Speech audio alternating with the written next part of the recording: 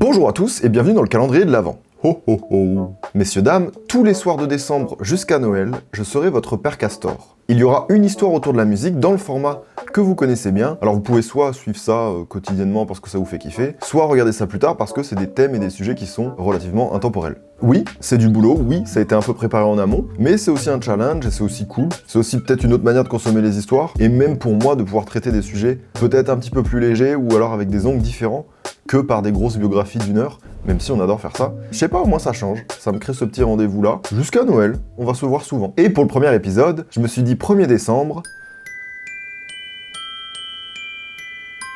tous les ans, depuis qu'on est né à la période de Noël, il y a un morceau de Mariah Carey qui ressort des abysses et qui explose tout ce qui existe. Alors, est-ce que ce serait pas intéressant de se pencher sur ce cas, de comprendre ce qui se passe avec Mariah Carey et son tube de Noël qui a failli ne jamais exister et qui plus est peut-être l'un des plus gros coups de chance de l'histoire. Bref, que les fêtes de Noël commencent. Attendez, avant que cette vidéo commence, elle est sponsorisée par NordVPN. Alors, qu'est-ce qui se passe pour Noël avec nos fidèles amis de chez NordVPN? Eh bien, vous pouvez bénéficier de 4 mois offerts, plus vous recevez une carte cadeau Amazon pour chaque nouveau abonnement de 2 ans, entre 10 et 30 € selon à quoi vous souscrivez. Alors, on parle énormément de NordVPN, mais plus globalement, parlons de Nord Security. Ces différents outils, dont NordVPN, qui lui chiffre tes données, te protège et contourne des géorestrictions, mais il y a d'autres outils comme NordPass, qui te génère et te stocke tes mots de passe, identifiant, etc., etc. Tous les trucs que tu oublies et que tu es obligé de changer tous les 4 matins, donc c'est bien pratique. Mais il y a aussi NordLocker également qui est un cloud chiffré pour stocker des fichiers en ligne. Bref, vous le savez déjà, mais tous ces outils-là sont synchronisables entre eux. Donc oui, nous pouvons le dire, NordVPN a bien grandi. Et c'est devenu presque un outil 360 degrés pour se protéger sur le web. Pour rappel, il y a une offre spéciale pour Noël jusqu'au 9 janvier sur les abonnements de 2 ans. Donc pour en bénéficier et profiter d'une petite carte cadeau Amazon en plus, ça se passe par le lien en description. Et j'insiste, ça se passe uniquement avec le lien en description. Merci à eux d'être aussi fidèles, merci à vous de m'avoir écouté. Et là on peut y aller. Que le mois de Noël commence.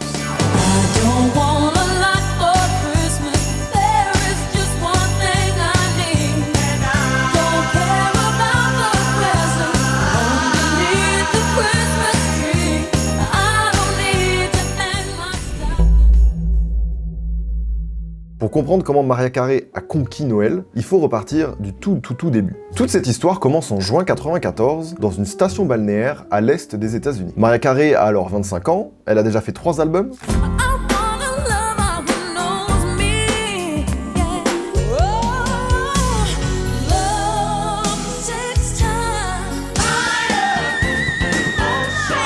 Elle a déjà gagné 2 Grammy Awards. Grammy winner goes to Mariah Carey. Mariah Carey!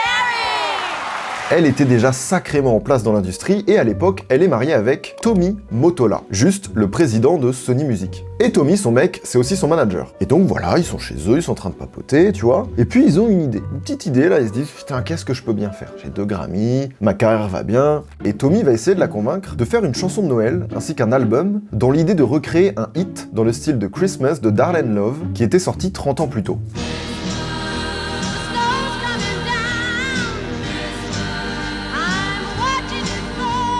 Ok, c'est ça la ref. Pas convaincu quoi. Maria, elle est clairement en mode chérie, franchement, c'est super. Bref, pour Maria, c'est une idée de merde, et pour comprendre, faut se remettre dans le contexte de l'époque. Si aujourd'hui, c'est assez courant que les artistes fassent des albums ou des chansons de Noël, dans les années 90, faire un album de Noël, c'était plus l'habitude des chanteurs âgés et sur le déclin que des gens qui sont au top de la forme comme Mariah Carey à ce moment-là. Souvent, c'était des artistes où, bon voilà, ça sent la fin de carrière, ils ont plus grand chose à perdre. La seule chanson pop qui était un peu tendance à l'époque, c'était Last Christmas de Wham, avec George Michael. Bon, c'est un classique de fou.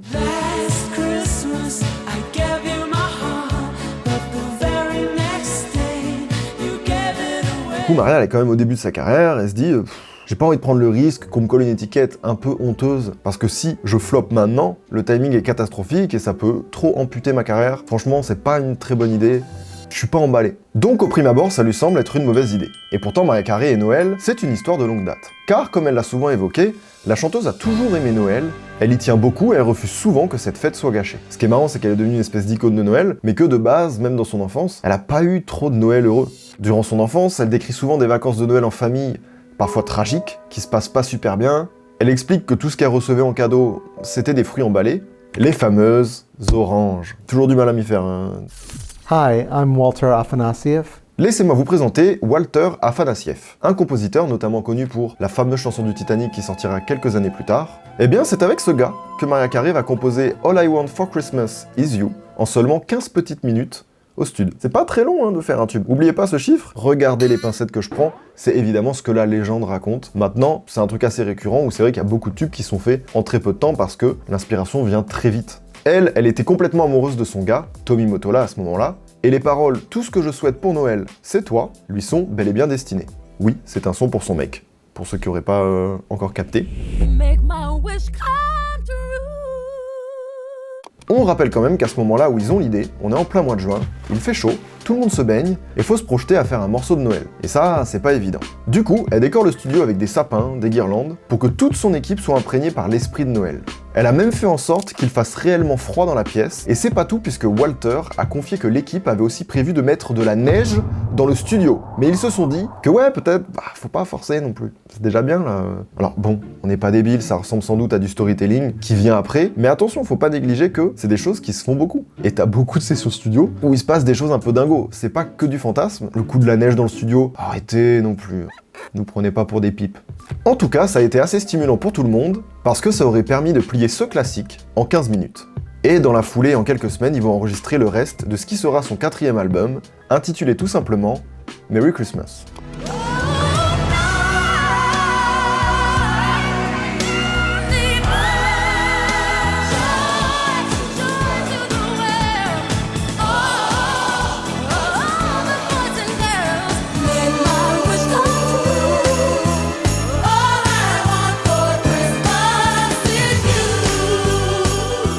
Désolé d'en rajouter une couche, mais la chanson a vraiment eu de la chance de marcher. Parce que, même en l'ayant fait, ils y croyaient toujours un peu moyen, et même Walter, il était lui non plus pas convaincu. Il explique que quand il a écouté la chanson pour la première fois, il avait juste l'impression d'entendre quelqu'un qui fait juste des vocalises, et il n'était pas du tout sûr de vouloir la sortir comme ça.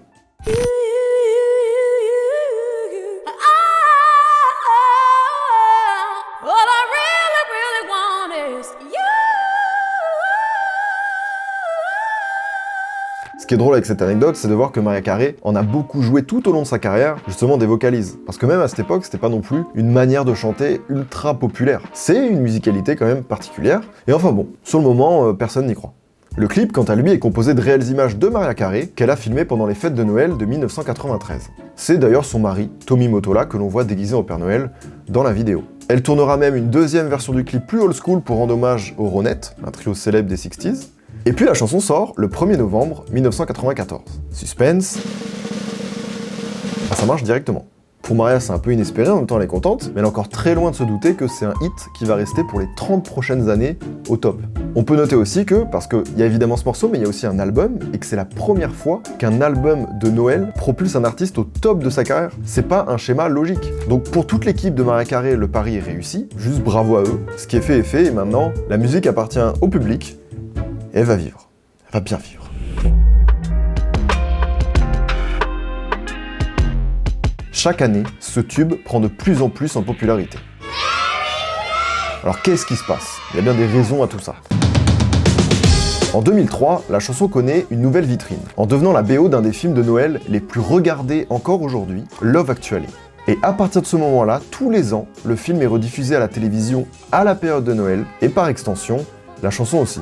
Vous l'avez compris, quoi qu'il arrive, on ne peut pas y échapper. En fait, le schéma est simple, commercialement parlant, Noël, c'est vraiment le moment où on te bombarde tous les ans les mêmes trucs. Donc en fait, si tu fais partie de les mêmes trucs, tous les ans, t'es relà. Et si tous les ans, t'es relà, t'es là longtemps. En plus du film, la chanson a été déclinée en une multitude de formats au fil des années. Il y a eu une nouvelle version avec Justin Bieber, la même année, Michael Bublé sort une reprise, les Fifth Harmony également. Au total, le titre a été repris plus de 130 fois. Rendez-vous compte, il n'y a pas une année depuis sa sortie où ce son ne ressort pas 4-5 fois par an par des artistes différents. C'est énorme. Et puis évidemment, vu l'engouement du morceau, elle en a bien profité. En 2015, Mariah Carey sort un livre pour enfants tiré de la chanson. 2 ans plus tard, en 2017, elle sort le film d'animation inspiré de la chanson. De 2014 à 2019, pendant 5 ans, la chanteuse a sa propre résidence au Bacon Theatre de New York, intitulée All I Want for Christmas Is You, A Night of Joy and Festivity. Oui, oui, baguette. Et là-bas, elle a fait plus d'une 50aine de dates avec seulement ce show autour de cette musique. Personne ne capitalise comme Mariah Carey capitalise. En 2019, elle sort un énième clip du même morceau. Parce que, pourquoi pas au point où on en est? Et on passe évidemment au-dessus de tous les produits dérivés. Elle a fait des bonnets, des boules de Noël, des chaussettes, même des plaids. Elle a littéralement monté un empire de business autour d'une musique. Il n'y a pas beaucoup de gens qui ont fait ça, il y en a, mais pas beaucoup. Et tiens, vu qu'on parle business, et si on parle les chiffres? C'est compliqué précisément de savoir combien elle aurait pu gagner avec ce morceau, mais on a des calculs et des petites études. En 2016, Channel 5 a mené l'enquête. Et on a conclu que la chanson rapporterait l'équivalent de près de 2,5 à 3 millions de dollars par an à la chanteuse, c'est-à-dire plus de 60 à 70 millions de dollars au total. En soi, une musique rentable. Alors pour rappel, en prenant en compte que le morceau a été fait en 15 minutes, j'ai fait un petit calcul, je me suis permis. Ça fait environ 4,5 millions de dollars par minute investis dans le fait de créer cette chanson, 77 000 dollars par seconde.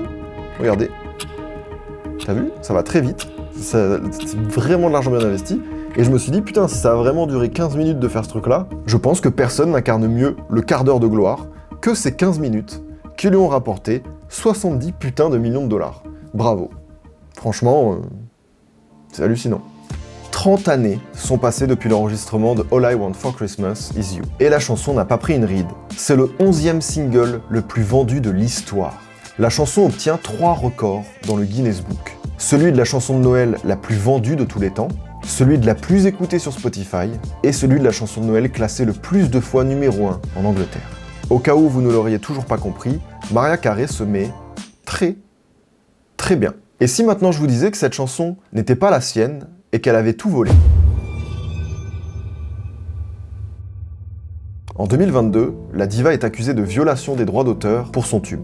Le plaignant, c'est Andy Stone, qui dit avoir coécrit et enregistré une chanson du même nom en 1989. Il affirme également n'avoir jamais donné son autorisation à la chanteuse pour l'utiliser. Selon lui, Mariah Carey et Walter Afanasieff auraient consciemment volé sa chanson. Il a réclamé 20 millions de dollars de dommages et intérêts à la chanteuse. Et la chanson volée en question, la voici. Take back the tinsel, stockings and bows, 'cause all I want for Christmas is you.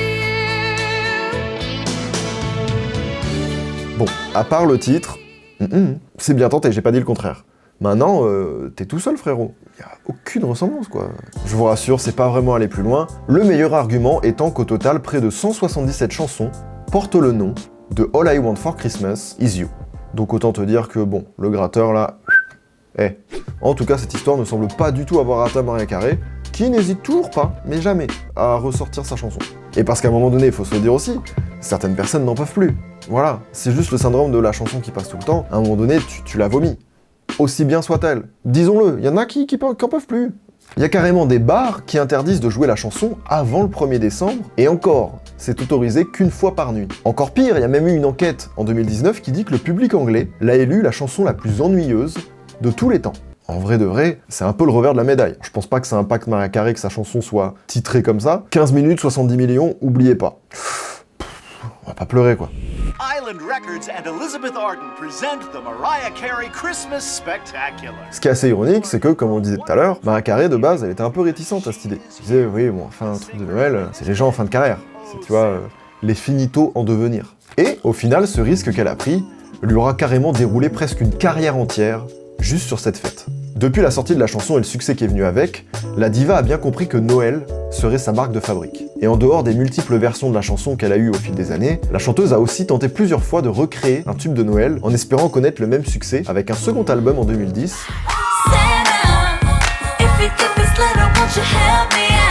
C'est bien simple, elle a tellement sorti de chansons de Noël qu'on a l'impression qu'elle ne fait plus que ça. Et en ce qui concerne les clips, c'est toujours la même recette. Un peu de nostalgie, Mariah Carey en rouge, des décos de Noël et des vocalises. Mais bon, évidemment, ça n'a jamais autant marché que All I Want for Christmas Is You. En général, ce genre de succès planétaire ne peut pas être égalé d'un titre similaire d'un même artiste. Et Mariah Carey n'échappera pas à cette règle. Après, on dit ça, mais ça semble pas du tout être un problème pour elle, qui surfe sur le même son depuis 30 ans. Elle en a rien à foutre, hein, peu importe. Le 1er novembre 2019, à l'occasion de l'anniversaire de sa sortie, elle a posté une petite vidéo sur son compte Twitter où elle s'est mise en scène en train de rentrer d'une fête d'Halloween et de se réveiller le lendemain avec un appel du Père Noël. Vêtue d'un pyjama rouge, évidemment, et elle clame le fameux « It's time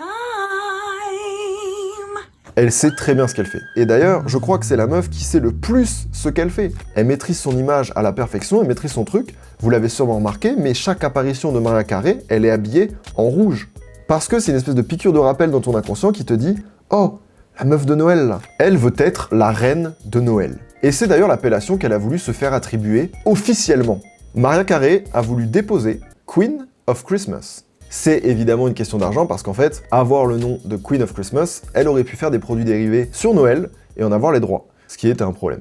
La justice a estimé qu'elle n'était pas la seule à mériter un tel titre, et donc la justice a décidé que personne n'aura ce titre. Mais c'est fou, elle a tenté presque de déposer Noël.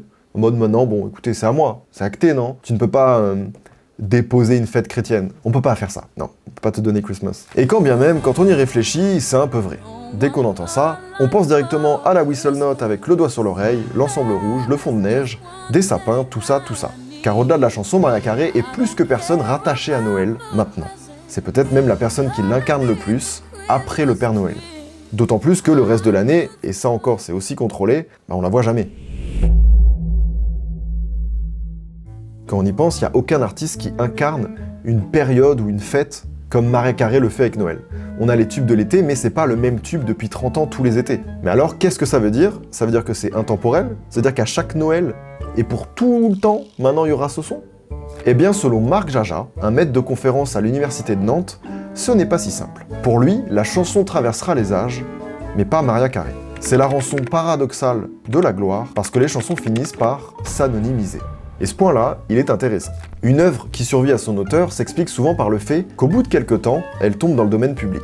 Donc l'œuvre est alors beaucoup plus reprise. Parce que, quelque part, maintenant, on a le droit. Et justement, quand une chanson est reprise, que ce soit avant ou après la mort de l'artiste, souvent, les personnes vont l'associer à la personne avec qui ils ont découvert la chanson. Et c'est un phénomène très vérifiable. Il y a déjà tes parents où t'écoutais une musique, où ils t'ont dit « Oui, bon, c'est pas l'original. Hein. » Bah au final, ça s'explique. Et très souvent, des chansons ont tellement eu de succès que l'artiste en sera la première victime. On peut penser à Psy et son célèbre Gangnam Style, où tout le monde est passé très vite à autre chose, ou encore des exemples comme Gauthier, avec Somebody Used to Know, et encore dans le monde de la pop, t'as quand même une carrière, etc. Là, pour une chanson de Noël, c'est encore pire. C'est encore pire puisque ces chansons-là sont vouées à ressortir encore et encore, et être reprises par une multitude d'artistes. Prenons l'exemple de Let It Snow. C'est initialement une chanson de Frank Sinatra de 1950, mais qui a été reprise tellement de fois qu'au final aujourd'hui, on s'en fout d'où vient l'original, ça n'a pas d'importance. Aujourd'hui, quand on joue une playlist des plus grandes chansons de Noël, on a ça.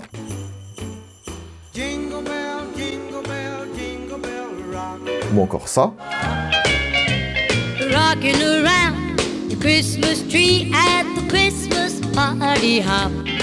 On est incapable de donner le nom de la plupart des interprètes, et pourtant, on les connaît toutes. Et il y en a énormément dans le même cas, dont All I Want for Christmas Is You. Et étant donné sa popularité, elle sera sûrement reprise encore et encore par les prochaines générations d'artistes qui arriveront après la mort de Mariah Carey. Et c'est triste, mais à la fin, on s'en foutra que ce soit Mariah Carey l'original. Et je trouve ça dingue de se dire ça. À notre époque, on se dit, mais c'est lunaire, ça paraît même inconcevable d'imaginer cette chanson associée à quelqu'un d'autre que Mariah Carey. Pourtant, la chanson va rester, l'interprète va changer. Pour même pousser le truc encore plus loin, il y a même des chansons de Noël comme Vive le vent. On s'en fout tellement de savoir d'où ça vient que la plupart des gens ignorent que c'est une chanson initialement écrite pour Thanksgiving, donc une autre fête. Rien à voir. Et c'est juste le temps qu'il a rattaché à Noël, et puis basta quoi. Parce que on s'en fout. Vive le vent, ça date de 1857, et le titre en anglais c'est Jingle Bell. Ça parle de promenade à cheval et des courses de traîneau dans la neige, où il était parfois nécessaire de faire sonner une cloche pour que les gens s'écartent du passage. Ça n'a rien à voir avec Noël. Avec tout ça, on se dit que Mariah ne va probablement pas échapper à la règle, et finir dans l'oubli. Alors oui, c'est dingue de se dire ça parce que on fait partie d'une génération qui connaît cet artiste, et son morceau est indissociable. Mais ça pousse à la réflexion aussi de se dire qu'est-ce que c'est vraiment la musique, qu'est-ce que c'est un impact culturel, le rapport à la célébrité qui fait ci, cela. En soi, c'est pas ça le plus important parce que l'empreinte culturelle, ça reste la chanson. C'est pas Mariah. Je ferme cette parenthèse, Mariah Carey est bel et bien vivante, elle profite encore à fond de tout ça. Si tu vas sur son Twitter, tu vas te rendre compte qu'elle est là, elle fait une quinzaine de dates avec un nouveau spectacle sur Noël. Ça ne va jamais s'épuiser. Au-delà de ces réflexions-là, la vraie question que je me pose, c'est en mode, qui sera la relève ? Parce que, mine de rien, depuis Mariah Carey, dans le monde de la pop, il y a eu des tentatives. De son côté, que reste-t-il du beau Noël que Maria nous décrit dans sa chanson? Eh bien, pas grand-chose, aujourd'hui. Parce qu'effectivement, Tommy Mottola, elle a divorcé 4 ans après la sortie de la chanson. C'est plus pour lui. Et pour la belle histoire, c'est avec ses 2 enfants qu'elle tournera finalement symboliquement un nouveau clip, 25 ans après le premier, comme pour tourner une page. Dire que sa chanson a évolué avec elle, et elle en a profité pour en changer le sens, de All I Want for Christmas is You. Et au final, maintenant, sa chanson parle de ses enfants. C'est joli. Merci de m'avoir écouté, c'était très chouette. Voilà, c'est des sujets un petit peu plus légers. Il va y avoir ça un petit peu tous les soirs. Dites-moi ce que vous en pensez aussi, je suis curieux d'avoir vos avis, vos retours. N'hésitez pas à revenir me voir demain ou dans les prochains jours, il y aura des sujets pour tout le monde, pour tous les goûts. Petit rappel, pour bénéficier de l'offre de Noël de NordVPN, il y a un petit lien en description. Pensez à vous abonner, à activer la cloche parce que des vidéos comme ça, il y en a tous les jours jusqu'à Noël. Maria, je viens manger dans ton terrain et tu vas rien faire du tout parce que tu n'as aucune idée de mon existence. Je vous souhaite à tous un joyeux mois de décembre et que les festivités commencent.